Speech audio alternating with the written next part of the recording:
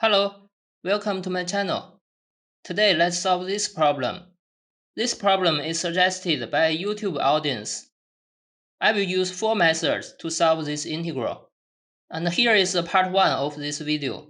I will use 2 methods to solve this problem. And in the part 2 of this video, I will use another 2 methods to solve this problem.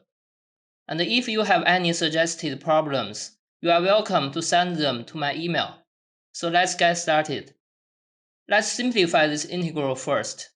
The cosecant x equals to 1 over sine x. And then we plug in. So we cancel the sine x in the numerator. And then we got here.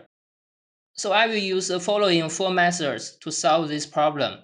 And in this video, I will use the first 2 methods. So let's see the method 1 first. In the numerator, I subtract sine 2x and add sine 2x. And note for the terms colored in green. And we can rewrite it in this way. Here, the number 1 is written by sine square plus cosine square. And the sine 2x is written by using the double angle formula. So we can complete the square. And this is a very useful trick. So we got here. So the green term is replaced by the complete square. And the red term is written by using double angle formula. And then we split it into 2 integrals. So you can see for the first term, they cancel out. And for the second integral, the sine x also cancel out. So we end up with these 2 integrals. So I copy it here. And then for the first integral, we split it into 2 integrals. Let's solve the first one. And here we use the substitution, let u equals to sine x. Next we plug in and we got here. And note for the second term, I already integrated and we got x. This is simple. And then we integrate the first term and we got natural log u. So we replace u by using sine x. And we got here. And then I subtract 2 sine x and add 2 sine x in the numerator. So in this case, we can do the division and we got 2 terms inside the integral. So I copy it here. And then we just integrate it separately. So we got here. And this term goes to 2x. We simplify it, and then we got here. And these 2 terms goes to x. And I put the factor 2 outside the integral. And next we need to solve this integral. And you may ask, where's the linear algebra? And in my previous video, I show how to use the linear algebra to derive a general formula for this kind of integral. And this integral here is only a very special case. So you can click here to see my previous video to see the most general case for arbitrary constant a and b. And here I put a screenshot and you can see the result from my previous video. And I copy the result from my previous video here. And in this case, a equals to -1, b equals to 1. So we just plug them into this formula, and we got here.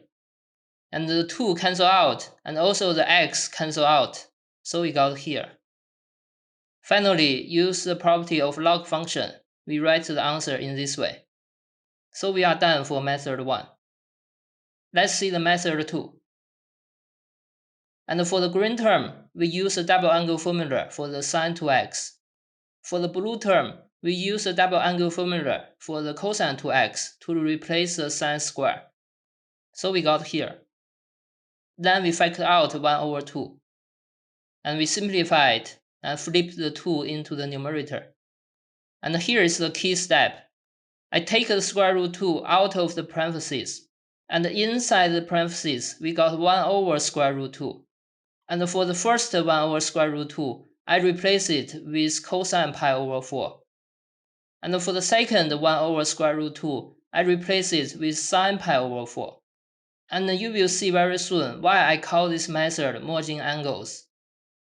So after we replace the 1 over square root 2 we got here. Then we use this formula. So here alpha equals to 2x and beta equals to pi over 4. So we got here. And note for the term inside the parentheses, it's written into this way. So that's why I call it merging angles. So it merged the two angles pi over 4 and 2x into one angle. And then we factor square root 2 out of the integral. And next, we use a substitution. We let theta equals to 2x plus pi over 4. So we got here. And the 2 cancel out. So we end up with this integral. And here a equals to negative 1 over square root 2. Again, in my previous video, I show how to use the Weierstrass substitution to solve the most general case for this integral.